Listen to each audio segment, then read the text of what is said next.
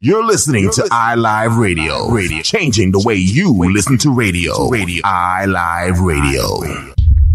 Talks honest. Talks honest. Talks honest.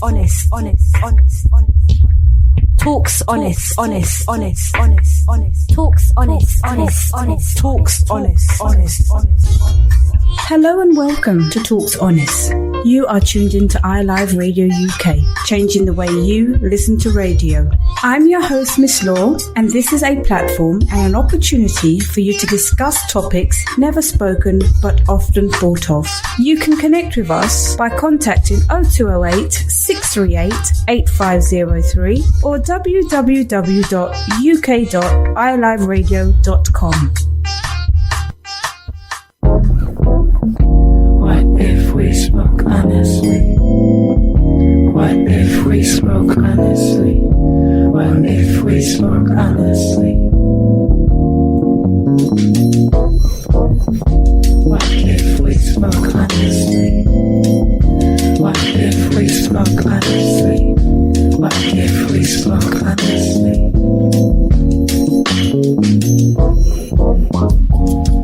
Joining me on today's show is my special guest, Tamara, Gabriel, aka Vander, Peter, Pierre. Welcome to Talks Honest. Well, thank you, Miss Law, for having me here. I'm happy and honored to be here. It's a pleasure to have you, sir.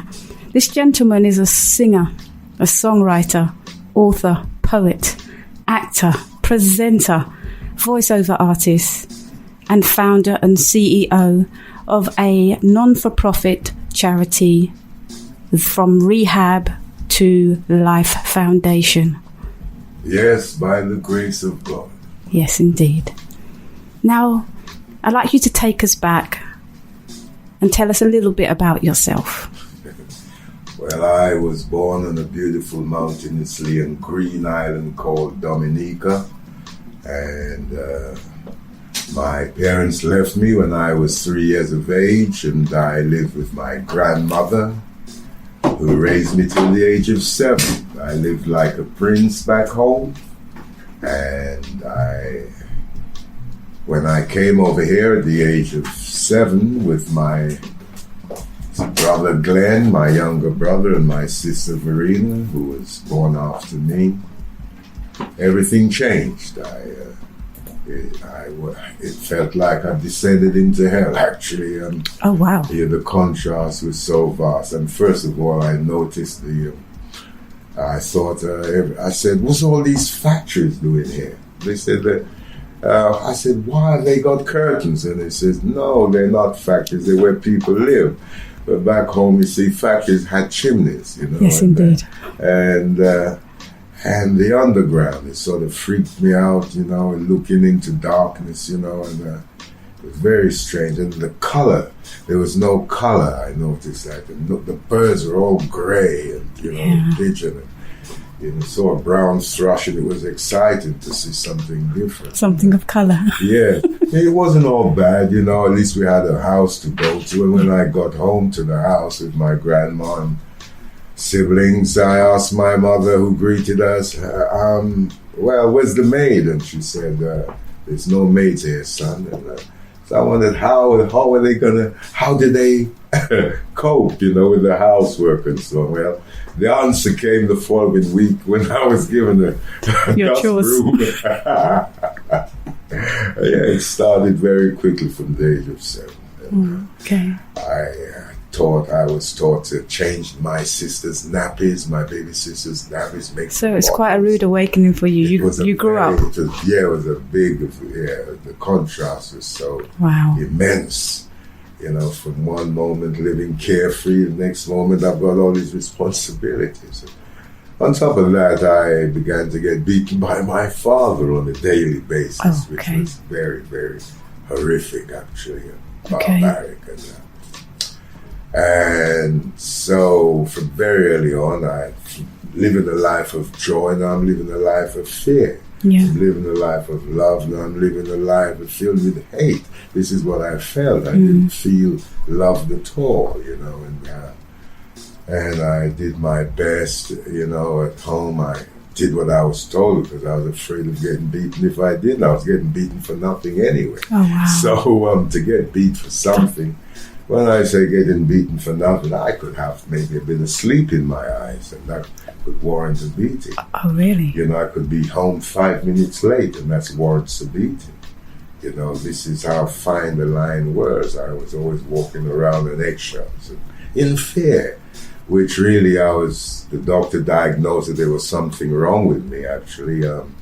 And he said, what's wrong with this boy? But I wasn't going to tell him I'm getting beaten every day. Okay, doctor. yes. But he prescribed nerve tablets for me. And which I now understand today, these type of nerve tablets is a form of antidepressants and also things to strengthen your nerves at the same time and so on. I don't know if it helped me, but school was my great escape. I loved learning. Yeah. And I won my first singing competition at the age of 7, and I became the lead singer of a band at the age of 12. Where did you go to school? Sorry to cut you. I went to St. John the Baptist in Hackney. That was the primary school I went to. Okay. And then from there, I went to Cardinal Pole. They used to be in Homerton opposite Hackney Hospital, but now they've moved to Morning Lane, which is still in Hackney. All right. So you grew up in Hackney, basically? I did, yes. We had 2 houses, actually, by Wells Street Common and Victoria Park there. It was very nice. Nice and green. Nice and green, and the park, I opened my back gate. And you're literally there. Not literally there, we're in there. Didn't have to cross the road. You just opened the back gate. Oh, that's awesome. Stepped in the Wells Street Common. Yeah. That was your brightness, yeah? Yeah, that brought brightness into your life. Groombridge Road, and that common used to beckon me, say, come on, when you come into play, I said, I've got work to do. I've just gotten some fish for my mom, and I've got to season it. And then after that, I've got to cook some food for my siblings. And I don't know, maybe it'd be tomorrow, whenever. Responsibilities, right? That's right. Mm-hmm. So completely different lifestyle for what you lived as a child in the Caribbean. Yes, absolutely. Quite a culture shock for you. A big culture shock. We had to face racism. You know, I didn't know when someone called me nigger and walked that he was insulting me until a little Italian friend of mine, great footballer, he was a great striker, he said to me, they're taking the mick out of you. And I said, what's the mick? You know, because I'm learning. Yeah, learning as you go along. Yeah. He says, you know, they're insulting you and this and that. And so I started fighting nearly every day. And then there were racist gangs when I used to go home from school, attack me with knives and all sorts of things. It's a good thing I was pretty good at defending myself. And I fought against those fellas. So it was a constant battle. I didn't just run. I fought and fought and fought until, well, you know, if they call for reinforcement, then I start running. You know, and but that's how it was. So I was watching out for them. I'm watching out for my dad. I know I'm going to get a beating when I get home because he didn't beat me last night, and he said, you know, and then I've got the work to do, domestic chores, and then I've got my schoolwork to do as well. Yes, God only knows, but God is great, and He gave me the strength and whatever it took to go through that period, and which was a period of silence. Didn't talk about my feelings. You know, I couldn't say I feel sick. Can I have the day off school? One day I ended up in hospital because the teacher said that I was very unwell.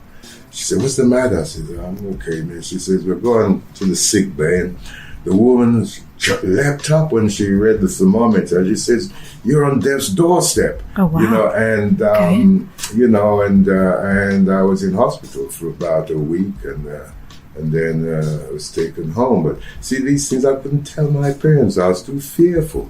They you're trying to escape school. Bang, hold this. You know, not so much my mother, but my father. Very abusive. Yeah, very, very, very violent, man. And violent to my mother as well, which wasn't nice to see, you know, and hear. You know, the glass shattering, the screams of my mother and this and that. So if she wasn't screaming, it was me who was doing the screaming. It's quite traumatic. Yes, and to witness my mother going to hospital from aspirin overdoses time and time again, and, you know, and have to get her arm stitched up because of some fracas with the old man. The man was crazy. I said, Daddy, I love you, while he was beating me. I said, why are you beating me? And I just saw some evil in his eyes. Like the man was demonic, like he was possessed. And he hit me even harder and worse, and I pissed myself. I pissed my pants. The pain, it cut through me so terribly. It cut through my nervous system and bladder, whatever you want to call it. I couldn't even hold my water. You know, and this is how it was for me as a child. And yet I achieved well at school. You have done a great deal. I was looking at your history and I'm like, wow. And to learn what you went through as a youth, it's quite an eye-opener.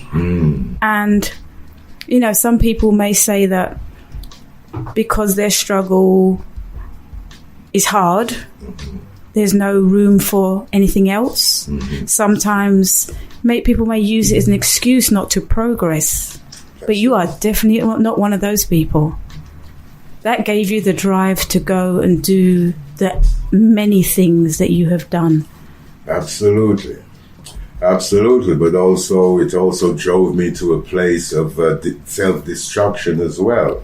At the same time, although I knew the right things, I was always sabotaging my opportunities, sabotaging. Why do you think that you were doing that?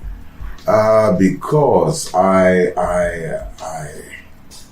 lost love of self. You know, I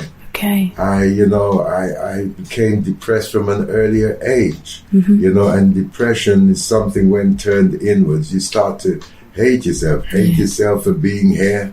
Hate yourself for being with these parents. Hate yourself for, you know what I mean? For being born. You know what I mean? You just like everything about yourself, You know what I mean? I said, man, you know what I mean? Like I love myself, but then I just hate everything about it, if you know what I'm saying. There was still a deep love somewhere, but somehow it was coated with all this anger and resentment, fear and regret and, you know, guilt and shame. So tell me, at what point did that change for you? Because obviously you went through a lot. You were going through a lot. Yeah. What was your turning point? Well, my turning point actually was when I got on my knees in Wandsworth Prison. Okay. And I confessed to God. I said, God, I'm an alcoholic drug addict as well as a criminal, you know, and I need help. Please help me. I'm homeless. I'm estranged from my family, my friends. I've got no money. I don't know what I'm going to do, you know, and I'm sorry for taking so long to call you, because I thought I could handle it all by myself. Yeah, you just thought you could do it. It was too much to handle, because I handled everything as a child, so now I'm a big man. I can handle depression, I can handle addiction, I can handle, you know, my dishonest ways, I can do it all by myself. So you really looked inside. Yes, I really did. And as I got up from the floor in the prison cell to sit on that little single bed in a single cell, because I didn't like sharing cells with anybody, a prison officer lifted the flap of the door and said, would you like to go to an AA meeting? I said, what's that, to do with cars? AA, recovery? He said, no, he says it's to do with people with alcoholic problem. Yes. I said, thank you, God. Yes, sir, please put my name down. And I went to that meeting, and the honesty that that was presented to me there was overwhelming, and I was also overwhelmed by the man who took his time from AA fellowship to come to the prison to chair the meeting and so on. And so I was inspired to get more honest with myself, and I opened up. I asked for help, which I had never asked for help before, because that's what led me down to the road of crime actually, when I was 16, when my father threw me out the house. And so I was honest now, and I asked the social services for help. And they gave me a place in rehab. They financed me to a rehab called St. Luke's. I was told by my fellow prisoners that St. Luke's is like another prison. And it's the most disciplined rehab in the UK. Okay. No nonsense. And put the fear of God in you there, didn't they? Yeah. So you'll be going from one prison to another. And I said to my fellow inmate, I said, I know that they're going to give me the keys to my freedom, so I don't mind having to go through that. Yeah. You know, and which was really, I was determined to get well, and that's what I did. In fact, I became so honest that I asked for help, I asked for someone to accompany me to the rehab from my release from prison. Okay. Because I always used to turn right towards where the off license were. Okay. Every time I was released from these short, sharp sentences for shoplifting, for trying to get money to buy drugs and all that sort of thing, crack and cocaine, so on. And so the AA man said to me, he'll meet me, but my date was put forward a bit, so I was accompanied by a prison drug worker called Michael. And he accompanied me all the way to rehab. Oh, wow. Yeah, which made a world of a difference. That's why I'm here today. So I'd never underestimate that work that man did that day by accompanying me to rehab. It led me to, was it iLive Radio? Yes, yes, indeed. Absolutely. Yes. So, you have so many things that you do. Yeah. You are so multi-talented. I'm like, when I read the list, it's like, wow, so many wow factors. And I don't even know the facts. Yeah. But just knowing what you have done, based on what you've just told me, makes that even more phenomenal. I mean, you've aspired to such great things. And I don't even know the half of what you've done. Yes. So, tell us a little bit let's talk about the book. The book, yes. From Rehab to Life. Yes, indeed. We're live on iLive Radio. And, from Rehab to Life, this book came along because I was writing a little synopsis of my life for the album entitled From Rehab to Life. Yes, indeed. And that album, I started writing the songs for that album while I was in rehab. And recorded about 3 or 4 tracks while I was still in rehab through the generosity of people in the AA fellowship who heard my plight when I shared at AA meetings, that I'm stricken with poverty, I don't know what to do, and I need to You were being really songs. open and honest, weren't you? Yes, and the man said, I'll finance the studio session for you, and an engineer, I'll supply that as well, and all paid for. Just go along and do your thing in that studio in Hammersmith. And I did, and we had a tune called The Walk of Shame. Yeah, that was the first song on the From Rehab to Life album. Yeah. And so that synopsis just became a book. I couldn't stop writing. Oh, really? I couldn't stop writing. I wrote for 7 months solid, from about 2 o'clock in the morning till 12, 3, 4 o'clock in the afternoon. I wrote through the night, through the dawn, and through the day. Did you feel like, I know you spent a lot of time writing, did you feel that the book was easy to write for you because of what it was about? Or would you say that at times you struggled with it? I never struggled with it. I was driven. Excellent. It's like I was overflowing with lyrics. In fact, the book is only about half the book. It was, this book has been, how could you say, what's that word? We went through it so many times. Proofreading. Proofread. It was proofread right down to about half of the content, or a third even. Of Oh, really? Yes, really and truly. I couldn't stop writing. I saw writing on my ceiling, on my walls, on my floors, on my table, on my cups, on my food. I saw, like my handwriting was everywhere. I just couldn't stop writing. I kept writing. And the thing is, I'm gifted as a writer. As a matter of fact, it's a gift of mine. I can just write. about anything. We're practically about no writer's block for you then. No, I've got no sort of inhibitions about about writing. It just naturally flows. Yes, you asked me to write about I don't know. I'll write you a synopsis on I don't know. I like that. If you want 3,000 words, I'll give you 3,000 or 5,000, whatever. Oh, that's awesome. Yeah. So with regards to your book, how can your book be sourced? Our book can be sourced from Amazon. Okay. Yes. Is there a link that you'd like to share with anyone? Links, I don't know. You just go to Amazon and type in From Rehab to Life. Okay. And they'll provide you with a copy. Excellent. So hardback or paperback or what else? Do we have it in, we also got it in, no, we haven't got it in audio form, but that's a form that I'd like to do it in. So something in the near future. Look out for the possible audio book coming its way to you soonish. Now tell me, the album. Yes, the album. Talk about this album, because you did touch on it just now. Well, From Rehab to Life, it was supposed to have been launched with this book. Yes. But because of certain legal challenges that came up, regarding royalties for my workers, there were claims being made for 100%, 50%, 70, 80% royalties for my work. So, because I trusted some brothers to actually register my tracks. Right. And they registered everything in their favor, leaving me the crumbs. Well, in the case of 100%, they left me nothing there.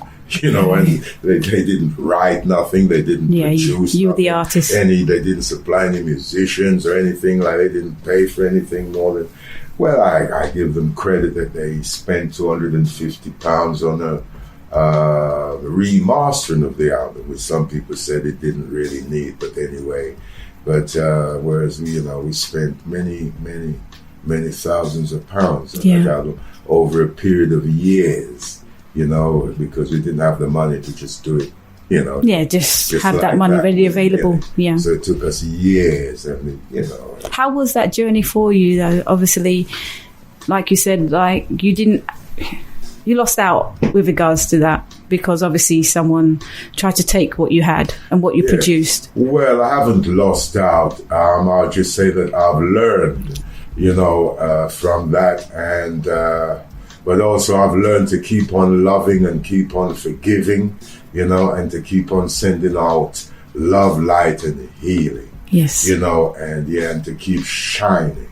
You know what I'm saying? And to see that as an opportunity and a blessing in disguise. Yeah. And so therefore now we're at the stage where, in fact, we're nearing the process where we'll be able to release our album, which was meant to have been released alongside the book. And it has been painful, I must say. And I was tempted to wrath, so to speak, but I vowed not to go down that road. And thank God I had the strength, just to. That availed me nothing anyway. So. We have to be honest and take responsibility. If I trust someone to do something and they don't do it correctly, then, I played my part. Yeah, indeed, yes. So you're partly to blame, so to speak. Yes. So that book, that album will be coming out ASAP. Okay, we look forward to hearing that album. However, we do have another album called Ex-Gangsters Odyssey, which was released couple of years ago. In fact, it's been taken off of YouTube and the online music platforms, and I'm waiting for it to be reinstalled on there, so to speak. The fact it was taken off was because I said to them, brothers, if this is going for free on YouTube, no one's going to buy it. Of course not. So please take it down. And the argument or the reasoning was, well, if I take it down from there, they say that it'll be taken off of all the other platforms as well, which I found it a bit strange. But anyway, eventually it got done and that's taken about 2 years now, and just around 2 years. It's a system, isn't it? Yes, indeed. Yeah. So I'm looking to re-enter or reinstall it online again. Okay. You have some poetry, Walk of Shame. Tell me a little bit about that. Yes, the walk of shame came when you walked out in me, and I was left all alone in despair and misery. Yes, the walk of shame, that happened, a real life thing. I was going out with a lady at the time, and she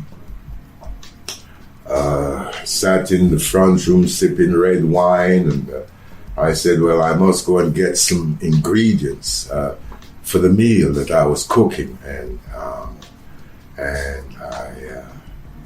in fact, I even got some money from her as well, actually, towards it. And did I? Or was it my money? I think, no, it was my money. I beg your pardon.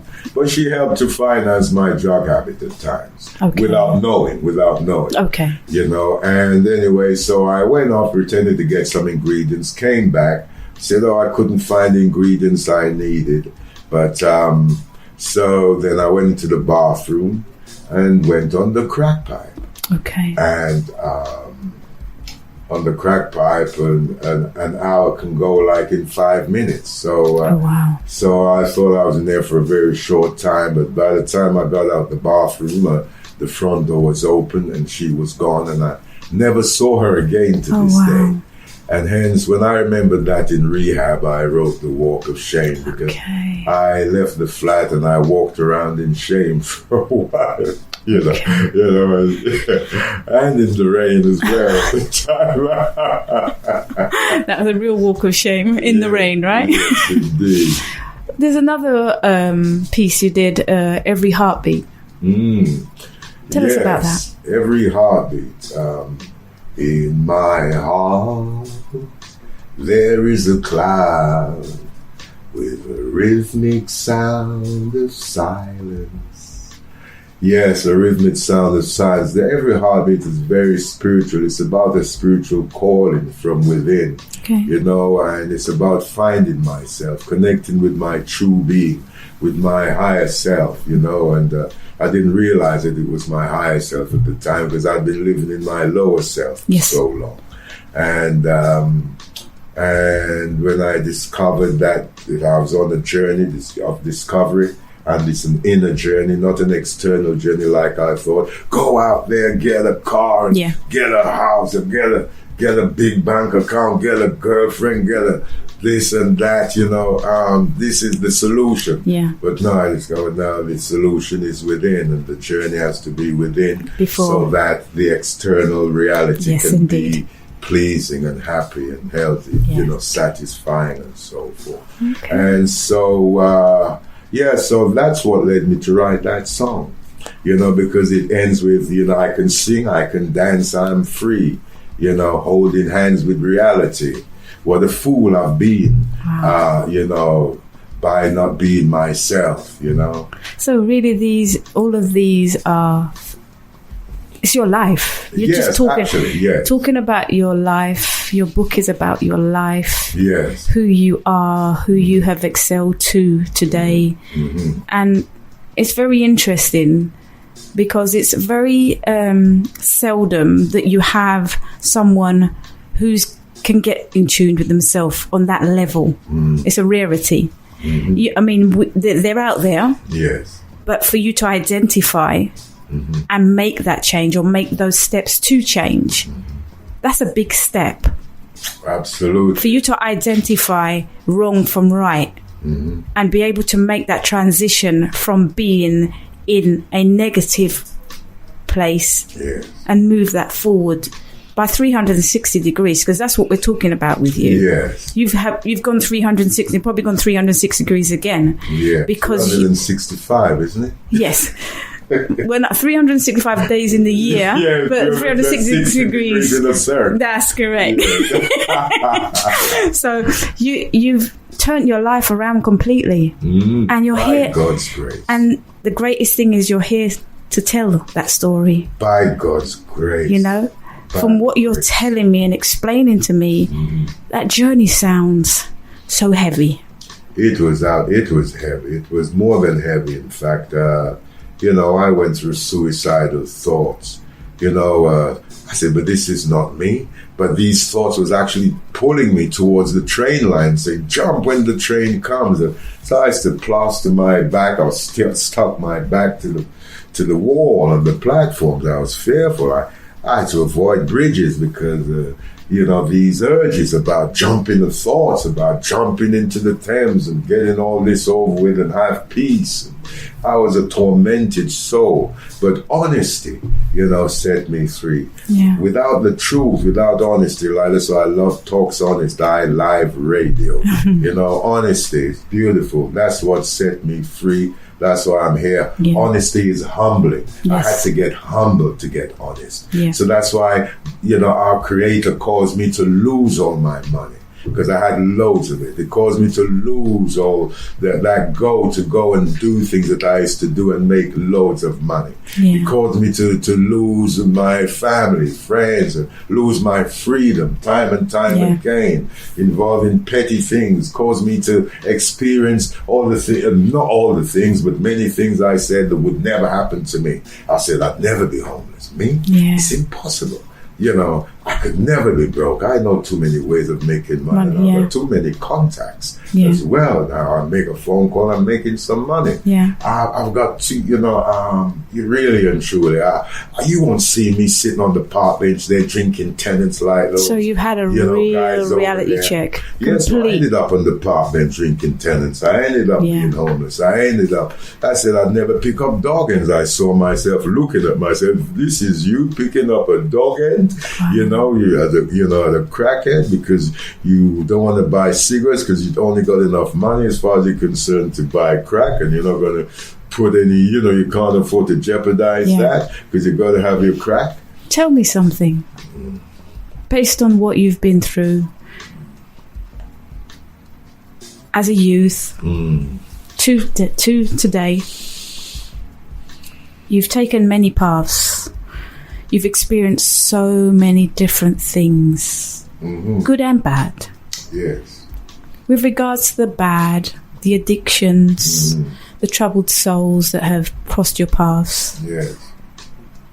What would be your words or thoughts that you would like to share with people for them to not necessarily understand your journey, but understand what it takes to bring yourself out of that darkness into light? Well, get honest with ourselves, and we've got to ask for help. Ask for help. Get honest. Pray. Also, apart from getting honest and praying, we've got to go into action. Go and do something for someone else instead of just thinking about me all the time. Even if you're going to do some voluntary work for a couple hours a week, it's better to be doing that than just sitting at home wallowing in self-pity and misery, or trying to dumb yourself down or anesthetize yourself in drugs and alcohol, or actually committing violent crimes against your own family or against members of the public, or becoming dishonest in some way. You find yourself stealing or lying to get this and get that and so on and so forth. Yeah. Because this thing here, this disease here is, it manifests itself in so many different forms. Yes, and, it does. So we must get honest. We must get honest and be open-minded and willing to do the right thing so the right thing happens. Yeah. And we've got to be of good courage. We've got to learn to let go of all the things that have been detrimental to our lives, destructive to ourselves and to others. Let them go. And we pray for the strength to let them go. Yeah. I used to hug the trees. I used to cry out to God, God help me, give me strength. And God didn't let me down. That's why I'm still here today. Yeah. So even when I didn't ask for help from people, I did ask for help from God and from the trees at a certain point in my life. Asking for help is number one. Do not keep secrets. We are as sick as our secrets. You know, secrets keep us sick.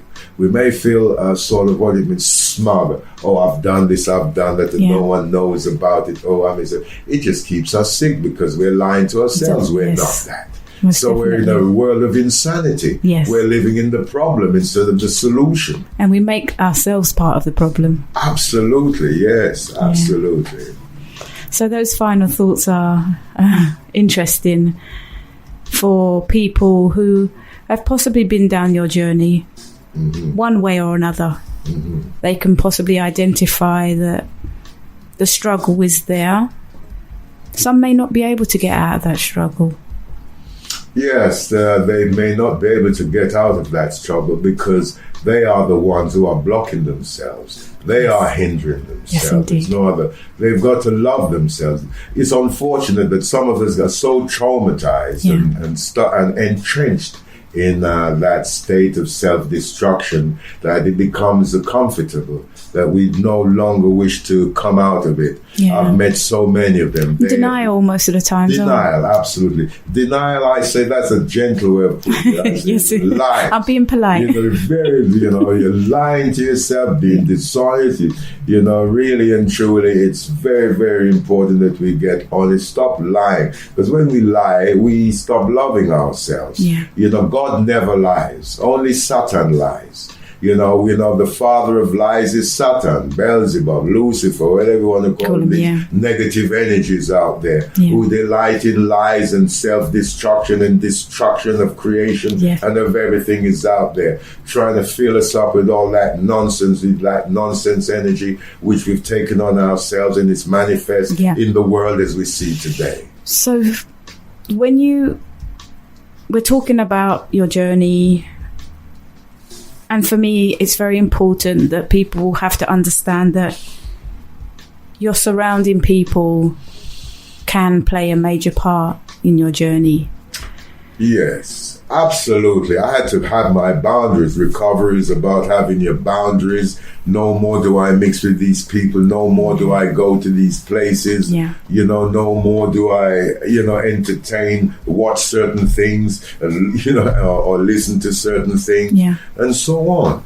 Absolutely. Yeah, it's really important that you check yourself. Yes, diligently, constantly. Yeah, make sure you know yourself. Knowing thyself indeed. Be true to thyself means to know thyself. Yes, be true to thyself. And that was part of the 12 steps of Alcoholics Anonymous and Narcotics Anonymous, which they're the 12 steps to recovery, which requires us to be brutally honest about ourselves, the things that we hate to talk about, that we are afraid to hear people to reveal to others. These are the things that we need to get out, because that's what's keeping us sick. So with regards to the charity now, I mean, you set up the charity.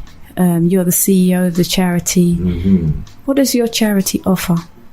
What is it there for? I mean, obviously, the name kind of brings things into perspective. To me, it explains your journey, your experiences, and you're possibly helping those people who may be or have been in any part of that journey that you've taken. Yes. So I'll leave the floor to you to talk a bit about the charity.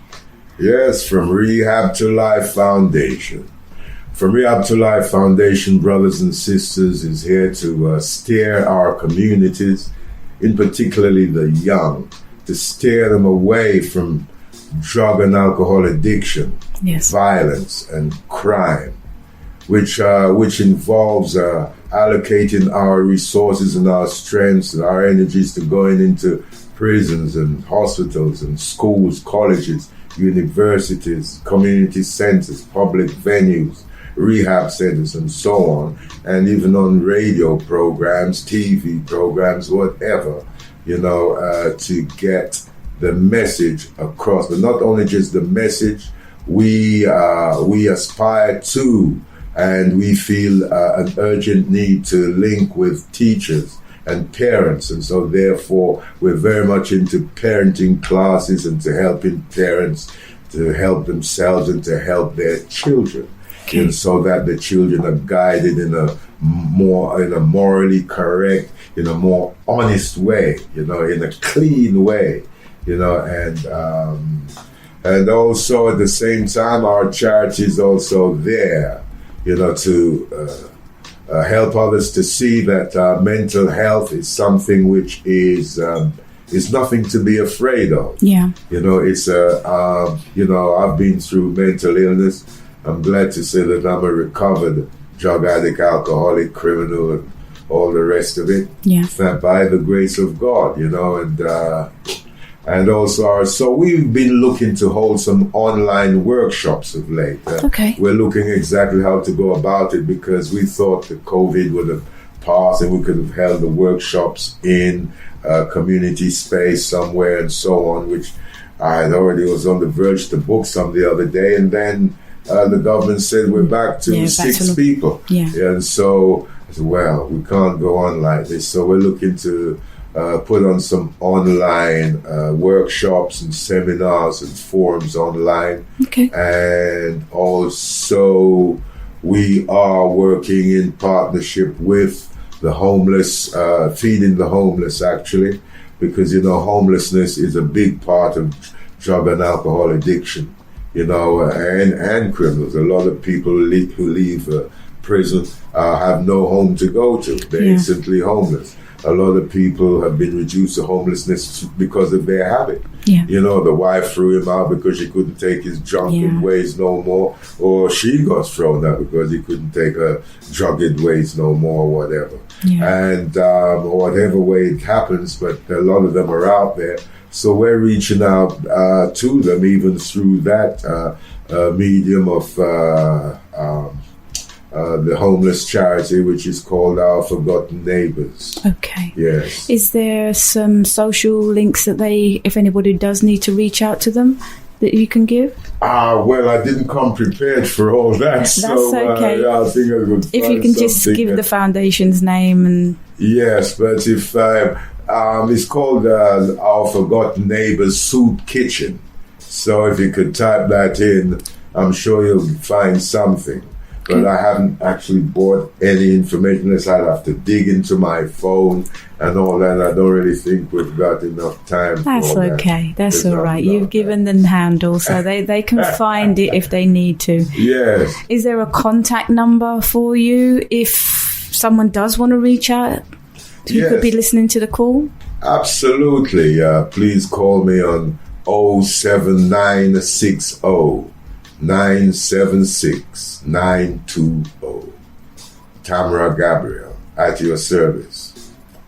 With love and humility and truth, that's the power that we're dealing with. Otherwise, we can't work. We won't go to work otherwise. So with regards to the charity also, is there a team of you within the charity, or is it solely yourself? Are you looking for... helpers or volunteers? Thank you for mentioning that. Thank you so much. You're such a great help, Miss Law. And this is Miss Law's show, Talking Honest, iLiveUK. Yes, Miss Law. Yes, we do. We need some trustees, actually. And also we need some directors. We have 3 directors and 3 trustees. Okay. However, we need, it looks like a few of them may be leaving at some time, anytime, okay. Not too far from now. So we're looking for some trustees and some directors. So you're expanding. Yes. as well as expanding and growing, yes. And also, we need volunteers. We need people who've got a bit of knowledge on IT and so on, help us to promote and market our charity. So sorry to cut you. So where will you be located, obviously, or where is your base? Yes, we're based at 42 Crouch Hill, N44BY. That's the Brickworks Community Center. Okay, right.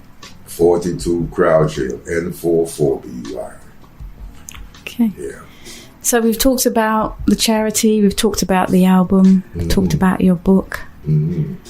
Is there anything that you would like to say to the public, the audience? Doesn't necessarily have to be about your journey. It could be something inspirational. It could be something that you feel the people need to do to take them to another level. Absolutely. Or a better place. Absolutely. We're all here for a purpose. You know, just like a car is made for a purpose, to transport it, and a cricket bat to hit cricket balls and so on. And we all have a purpose. And really and truly, so let us now fulfill our divine purpose here.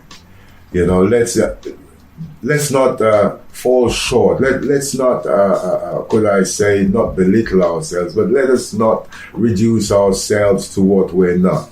Let's be true to ourselves and let's express our true talents. You know, we know what that. If you're a road sweeper and you enjoy road sweeping it to the best of your ability, and you survive and you live on that pay, and you're quite happy to do so, then do it. Whatever it is, don't think that you're not good enough. Never give up. Never give up. And never think, oh, I'm too old for this. Well, you may be too old to run a 100-meter race with Usain Bolt, but even he is retired. But at least you could run a different kind of race, which is the race of life, to fulfill our potential, other things that we can do before it's too late. And these are the things that we enjoy doing, that we're enthusiastic about, that we love doing, whether we get paid for it or not. Let us do it, brothers and sisters. This is the higher vibration that we need, the vibration of light, love, healing, brothers and sisters. Things that brings a smile on our face, brings a smile on other people's faces, because it's so contagious. Let the love go around, brothers and sisters. It's all about love and forgiveness. Yes, and forgiveness is very huge. Remember that. If I cannot forgive myself, I can't forgive you. If I don't love myself, I cannot love you. Most definitely. And really and truly, it's forgiveness that set me free from the pain of the past, because we cannot escape the past without forgiving people in the past and places and myself as well, and what I in order to move on. In order to move on. There's no other way around it, brothers and sisters. So forgiveness is part of loving. They are one. Love and forgiveness is one. I like that. That's really nice. I'm going to change up the vibe right now. It's very inspirational speaking to you. It's very interesting. For someone who has gone through, been through, going through what you are and have. I sit here today with you and I just see greatness on so many levels. You're spiritual. Like I said, when you came in, I vibed you straight away. We met before and we vibed each other. Absolutely. This man is amazing. And I'm not just saying that because he's here with me today. When we met some time ago, you touched me then. And having spoken to you today has just opened up things even more. And different demographics. You know, I respect you. I honor you because you have taken us through many journeys of life that many people can relate to at any given time. And for that, the mere fact that you shared that with us today takes a lot to actually let those words roll out. Yes, you've expressed them in music. Yes, you've expressed them in a book. you're expressing them through the charity, but to sit down here and be sat there and having to discuss it over and over again, as you have done possibly, that says a lot about you. Yeah. That says a lot that you are now in tune with you. You know where you're going, you know where you've come from, and you know where that destination is. Absolutely. How did you know? You must be on the same path as me. Indeed. Absolutely. We're obviously spiritually in tune, so we get each other. Yes, indeed. I want to play this track. This is the track that you've spoken about, and it's the Martyr For Ganja. for Ganja. I'm going to let this song play out, and we can talk over it if we need to, but I'll just let them hear the beginning of the track, Yes. and then we'll kick in and have our little conversation in the background. Yes. All right? Okay. Listen to some of this.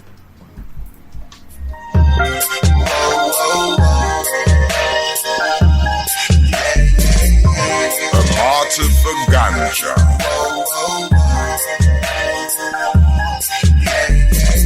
Police stops and searches were a regular thing, with or without wearing bling. No matter what vehicle we were driving, on foot it was just the same. As we played the duck and diving game, with cloak and dagger and the gangster's swagger, we suffered persecution for the herb that heals the nation, keeping the peace in recreation, and gave us economic salvation from sus laws and police brutalization. They even took my collector's Mercedes away and said you'll never get it back again, even if I took them to court. And the judge ruled in my favor. They'd never give me back that car, 'cause they knew what I did for a living. It was their time to take, and mine for the giving. Things got even worse, more blasé, as police corruption grew.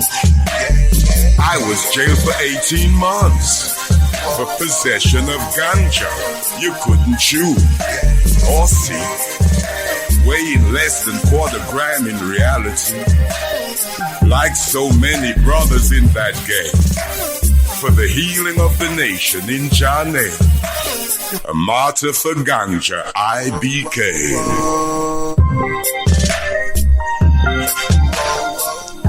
So now, Yes. those lyrics, I've listened to that track so many times, Wow. and it's key to listen to the lyrics of that track, because that track tells you a story that so many people can relate to. Even though it's your personal journey, people can relate to that. Absolutely. Yes, stop and search. Yeah. The story goes on today. There are demonstrations still going on about it, you know, with even with Black Lives Matter and all that sort of stuff.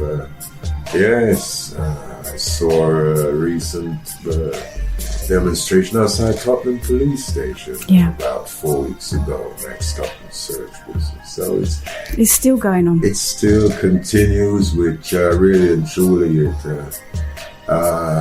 know, I look at the stop and searches. I'm going to take this opportunity to thank you, Tamara, Yeah. for being here today, sharing this moment with me.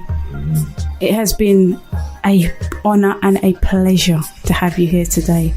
I want to wish everyone a blessed night, evening, afternoon, good night, and God bless.